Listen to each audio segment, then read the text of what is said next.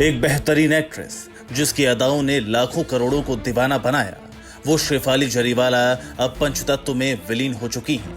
शेफाली के चाहने वाले उदास तो हैं ही, साथ ही जिस तरह से शेफाली की मौत हुई उसे लेकर हैरान भी हैं। हैरानी की बात ये कि शेफाली की मौत के 48 घंटे बाद भी मौत की वजह साफ नहीं है। सवाल उठ रहे हैं कि आखिरकार अपने आप को हमेशा फिट रखने वाली मॉडल की अचानक मौत कैसे हुई।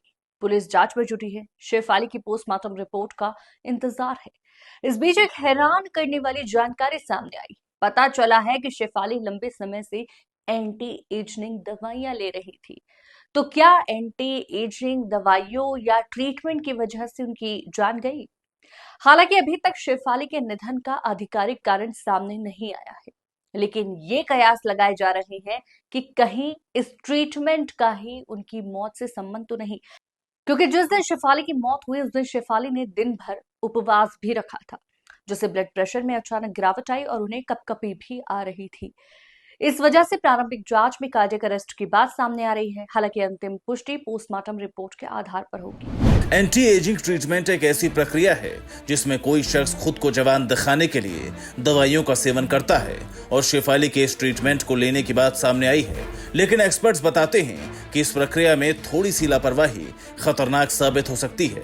एंटी एजिंग ट्रीटमेंट का मुख्य उद्देश्य उम्र बढ़ने के लक्षणों को धीमा करना या उन्हें उल्टा करना है। लोग इससे अक्सर झुर्रियां, ढीली त्वचा, उम्र के धब्बे और बालों के झड़ने जैसी समस्या को दूर करने के लिए करवाते हैं। इन ट्रीटमेंट्स में कई तरह की प्रक्रियाएं शामिल होती हैं, जैसे बोटॉक्स और फिलर्स।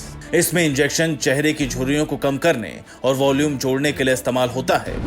लेजर ट्रीटमेंट ये त्वचा की बनावट में सुधार, दाग धब्बे हटाने के लिए उपयोग किया जाता है।